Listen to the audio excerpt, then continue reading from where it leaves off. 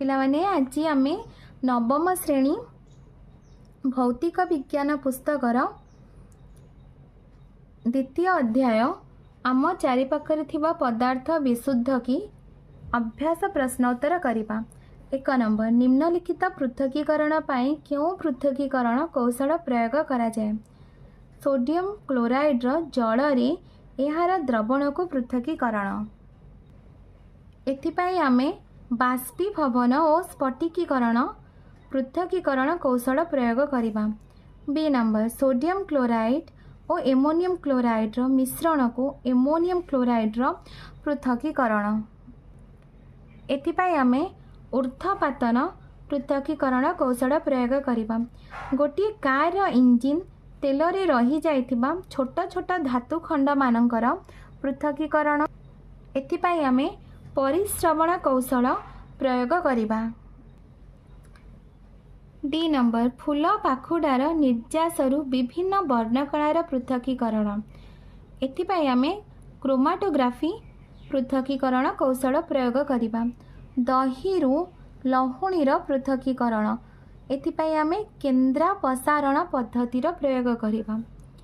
पाणीरु तेलर पृथकीकरण एथिपाई आमे पृथकीकरण फनेलर व्यवहार करिबा।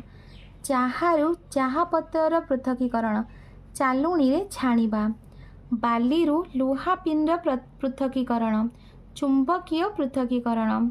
गहम दानारु चोपार पृथकीकरण कुला द्वारा पाछोटिबा। जल रे भासुथिबा सूक्ष्म पंक कणिका मानक पृथकीकरण परिश्रवण प्रणाली। 2 नंबर द्रवण द्रावक द्रव मिलई जिबा द्रवीभूत अद्रवीभूत छाणिबा और बड़का अंश इत्यादि शब्द व्यवहार करी चाहा प्रस्तुतिर सोपान गुडिक लेख। ताहेल देख एटी प्रथमे क्षीर को द्रावक भाव रे नहीं गरम करा जाऊ सेतिरे चीनी और चाहादाना को द्रव भाव रे नहीं द्रवण प्रस्तुत करा जाऊ। एही द्रवण को किछि समय उत्तप्त करा जाऊ। चीनी द्रवीभूत हेबो और चाहा द्वारा मिलई जिवो। चाहा छाणिबा द्वारा अद्रवीभूत अंश अलगा होई जिवो।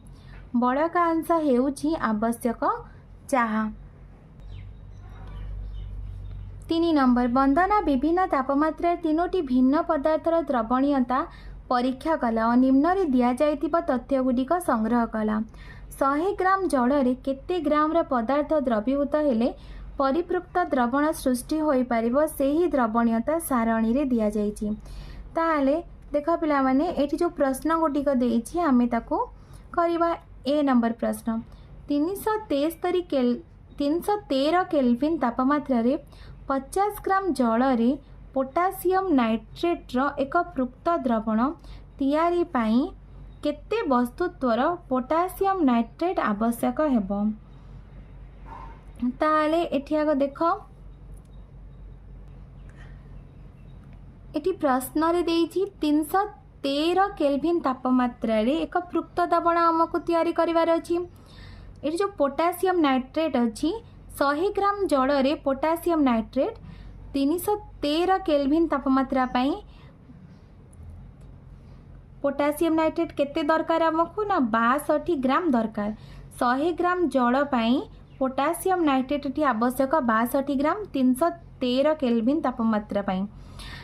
ताहेले 50 ग्राम 100 ग्राम पाई हमको 62 ग्राम पोटासियम नाइट्रेट दरकार।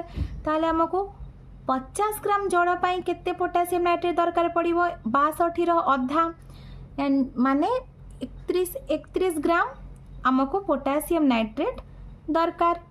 तारे यार उत्तर हबो 31 ग्राम।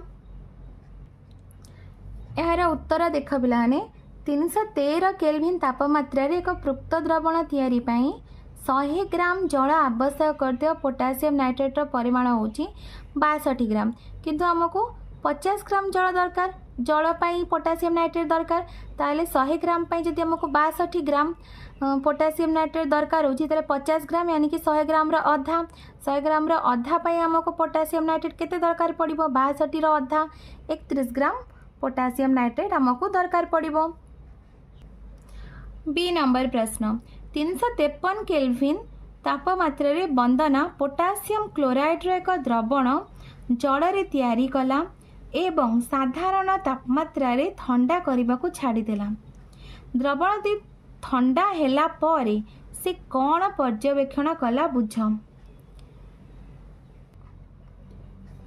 वंदना लक्ष्य कला जे द्रवण ठंडा हेबाकू आरंभ कला मात्रे पोटासियम क्लोराइड निम्न रे संगृहीत हेबाकू आरंभ कला, कारण निम्न तापमात्रा रे पदार्थर द्रवणीयता कम होता है। सी नंबर प्रश्न 293 केल्विन रे प्रत्येक लवणर द्रवणीयतार गणना कर। यही तापमात्रा रे क्यों लवणर द्रवणीयता सर्वाधिक, ताहले आमे केमती करिबा देख पिलाने एठी।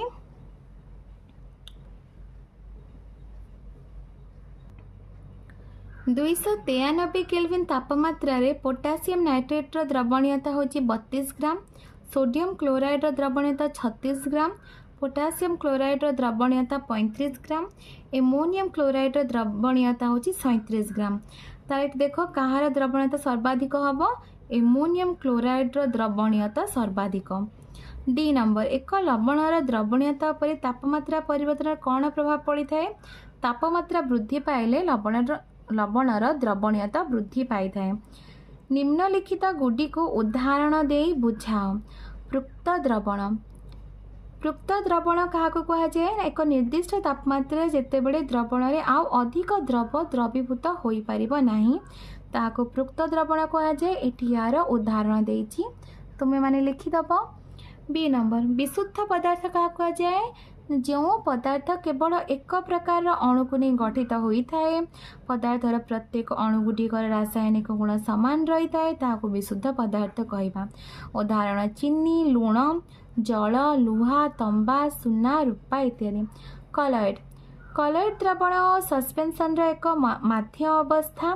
कलॉइड एक असममित मिश्रण जार कणिका गुटिकर आकार होची 1 नानोमीटर रु 100 नानोमीटर मध्य खाली आखिरे देखिया खूब छोट होता है, किंतु आलोकरू विसरित करने आवश्यक आकार ठारू अधिक होता है। उदाहरण साबुन मिश्रण मिश्रित जल, अट्टा, क्षीर, एलय आदि कलॉइड उदाहरण अटंती।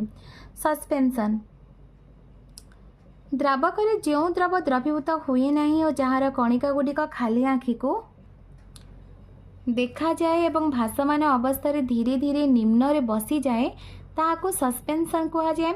सस्पेंशन होची तरल रे कठिन रे एक असमजातीय मिश्रण, एथिरे कणिका गुड़िक द्रवीभूत होई न थाए। उदाहरण बन्या जल, चकगुंडा मिशा पानी आदि सस्पेंशन रा उदाहरण।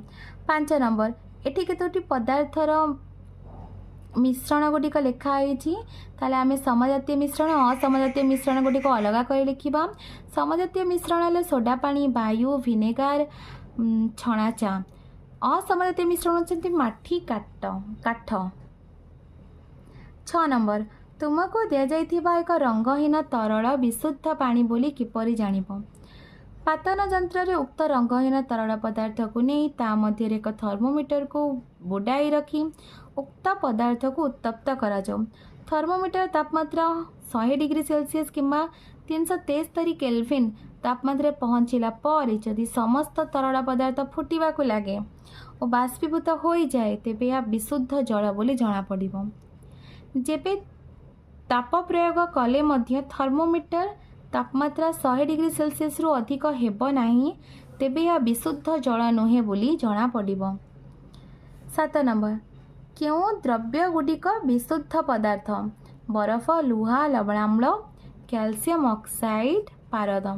8 नंबर निम्नलिखित मिश्रण मानक मध्यरु द्रवण गुड़ी को चिन्ह। समुद्र जल और सोडा पानी होचंती द्रवण। 9 नंबर क्यों उदाहरण रे टिंडल सिद्धांत देखिहब।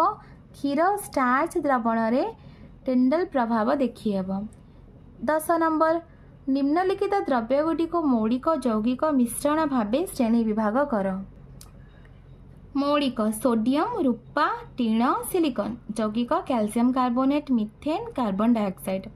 मिश्रण माटी, चीनी, द्रवण, वायु, साबुन, रक्त, कोयला।